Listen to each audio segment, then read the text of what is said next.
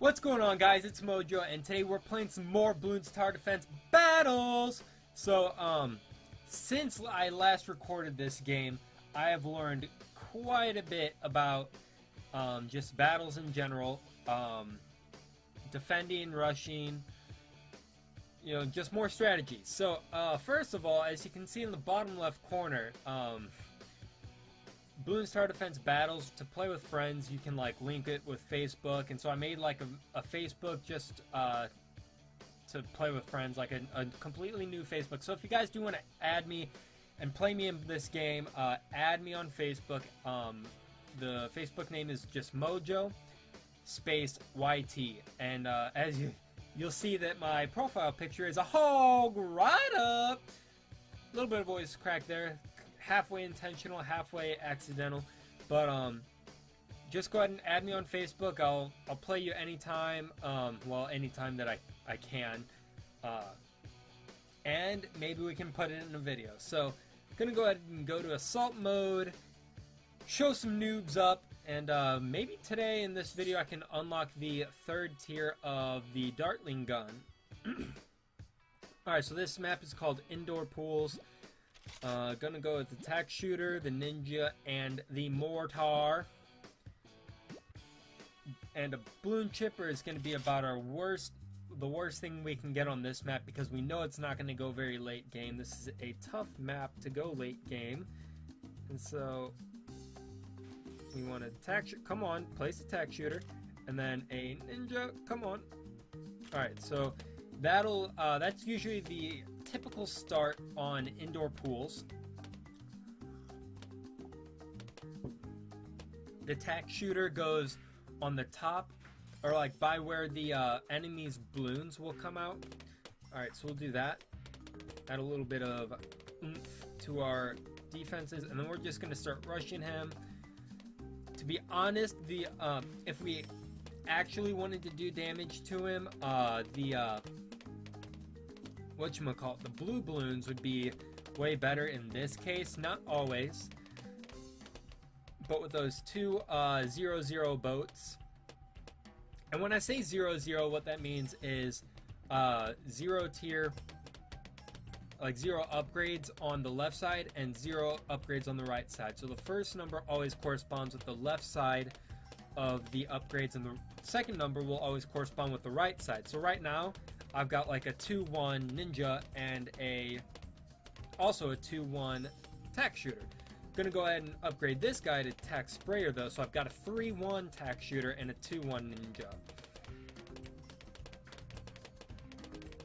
And then I'm probably gonna go ahead and upgrade the tack shooter. What? Disconnected? Come on, I hope he reconnects, because this is a hard level, and it would be a great one to show you guys just a little bit more of the advanced strategy. So basically, what I was saying earlier, I think I started to say it at least. Let me move my chair a little bit. But I always bring a tack shooter and a mortar to basically every map. There might be an exception or two that I'm not thinking of right now, but that's basically it. All right, so he's gonna disconnect. That's kind of sad. But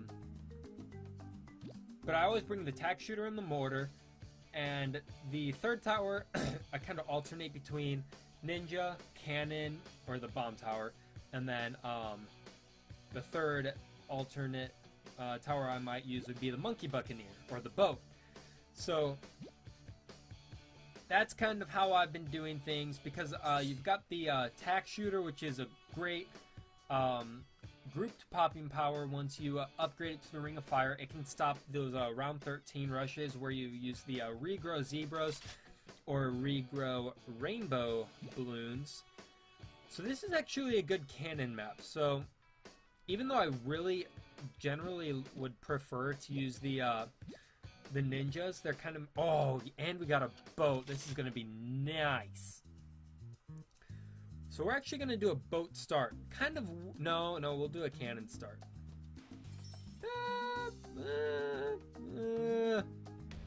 I don't know. Yeah.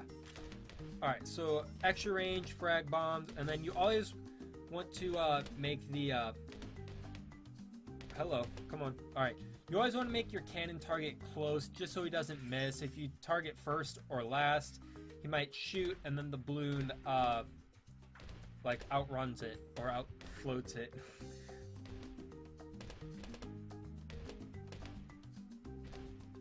So eventually we're gonna get the 3-0 cannon. He's already got one, so we're doing a pretty similar strategy. In my opinion, my placement of my cannon is slightly better. We're gonna go ahead and get the 3-0 cannon now. And then if I actually make this a 4-0 cannon, or even like a 4-1 or a 4-2 cannon, those monkey buccaneers, if I did upgrade them to destroyers, we could have a lot of balloon popping power. So the 4th tier cannon on a 4-0 cannon, if you don't know what it does, it basically stuns all the balloons that it hits. So that's like super awesome. It does a lot of damage. We're gonna go ahead and put down a tack shooter over here. So I know it looks like I'm like missing that one part of the path, but once you upgrade the range, it'll be within range. So that's only 1 upgrade, 2 upgrades, and once you do the Ring of Fire, it gets even more range. So I was just kind of showing you guys, normally you wouldn't want to upgrade the range until you at least get the 3-0 tack shooter. But that's alright. We're not in, we're still no lives lost, so that's fine.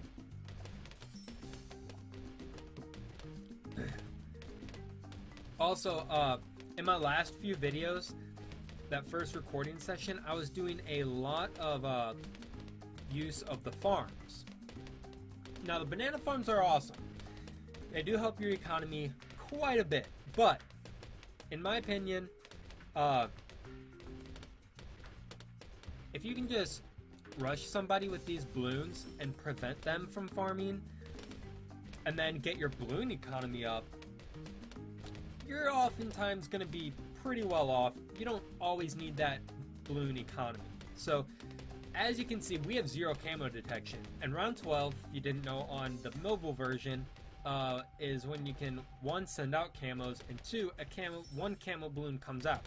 So, what's my camo detection? Well, I could go with a boat, or I could go with the mortar and upgrade it to 0-3, or eventually a 2-3 mortar. And that's what we're going to do. Because the, if you didn't know, you'll see here in a minute, we've got rapid reload, Bernie stuff, and then the signal flare. Camo balloons popped by flares permanently lose their camo. So that's what I always do. And then we're going to need to, on round 13, you always want to try to get this Ring of Fire super fast. Especially, so if this guy starts rushing me with the regrow zebras or regrow rainbows, I would have sold my bomb tower and bought a Ring of Fire. Since he's not doing that, we don't need to sell it. We can hold off on a few seconds. And actually, if he's not going to be rushing me at all, I think I'll go ahead and just keep going eco until he decides to rush me. I can always sell that bomb tower and get the Ring of Fire. That's going to be enough popping power for sure.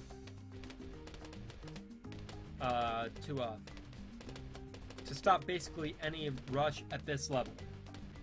Now, camo leads would give my Ring of Fire a little bit of trouble, but I could just micro my mortar, and by micro I mean micromanagement. So that's doing things mid-play inside the game. So that would be like buying, selling stuff, upgrading stuff, and like retargeting your mortar, stuff like that. So, alright, so we definitely want a Ring of Fire here very shortly. We're losing a few lives, but we'll be fine here until I can actually afford a Ring of Fire, like legit. Not too worried about it. We are also losing some lives to these random camo yellows. So I'm going to have to... Okay, I'm not going to have to micro very much.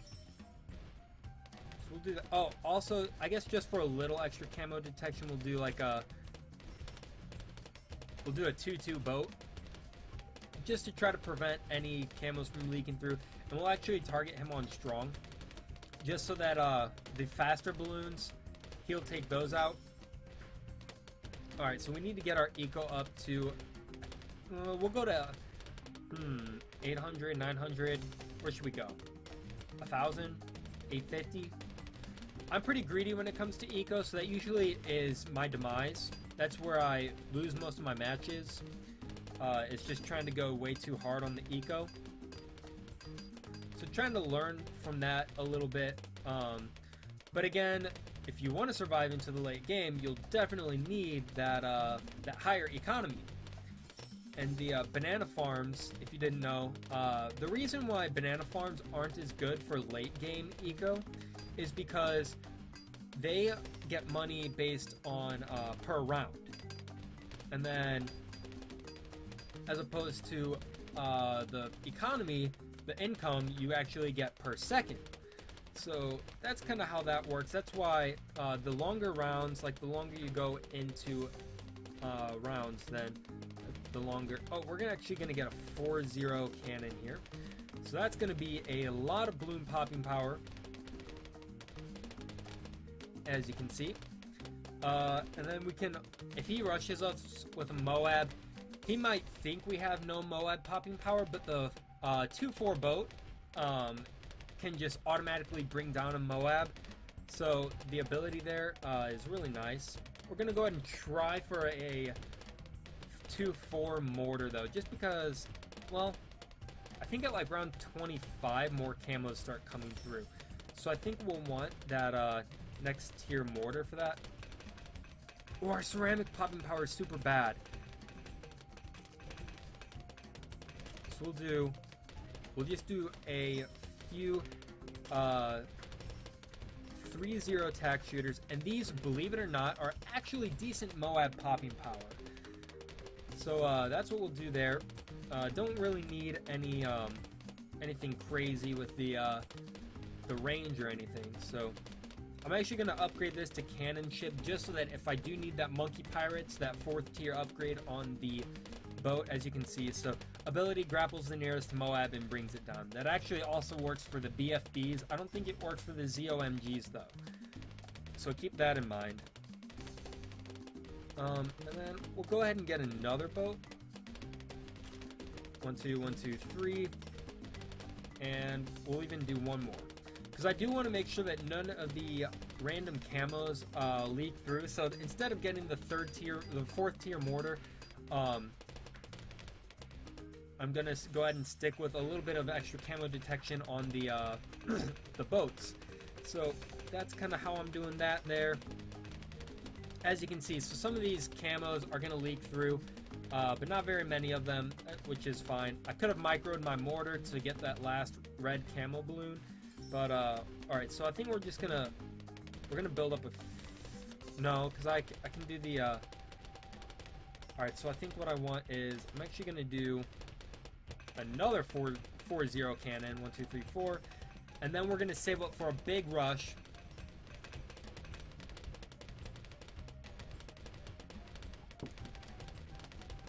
This is going to be a lot of popping power. So what I'm going to do is, he has 3 Moab Maulers. So he also has a 2-3 ninja, which is a good bit. He could upgrade that very easily to the 2-4 ninja, which slows down all balloons to half speed, which is really, really strong. So alright, so our ceramic popping power is still a little bit on the light side. We're actually going to go ahead and go with another 3-0 tack shooter.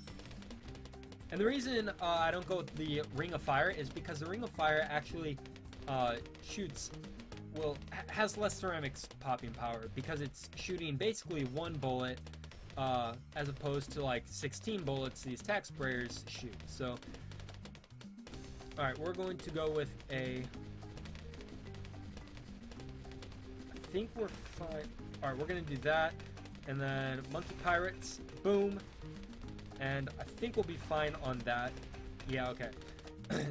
So I did get that Monkey Pirate upgrade. So what's his weakness right now?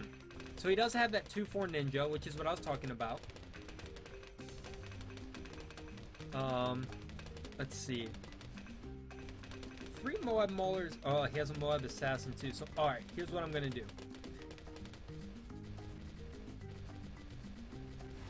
I'll go ahead and get all these guys up to monkey pirates, just in case I need them. Save up a little bit more money here.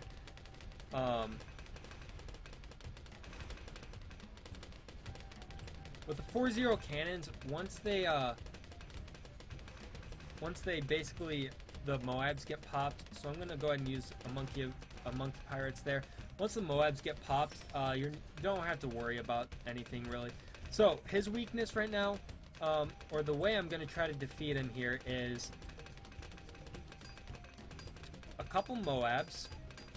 Make him try to make him use his abilities here, and then a couple BFBs, and then 3 more Moabs. Wait, what? What did I hit? What did I even lose to? Oh man, I'm gonna have to rewatch that or something. Wow, that's a shame. I don't really know. Alright, so that's gonna be the end of this episode. I think I lost to a camo black or something, so I guess I should have gone for that 4th tier mortar. But I didn't think anything would leak through that. I don't know. That's weird. I play that map a lot, and that's never happened to me. So, anyway, we're going to go ahead and upgrade my Dartling gun. And then that'll be the end of this video. 6:54 on my clock here. So I'll be able to play one more game. I forgot where Dartling gun was. Right here.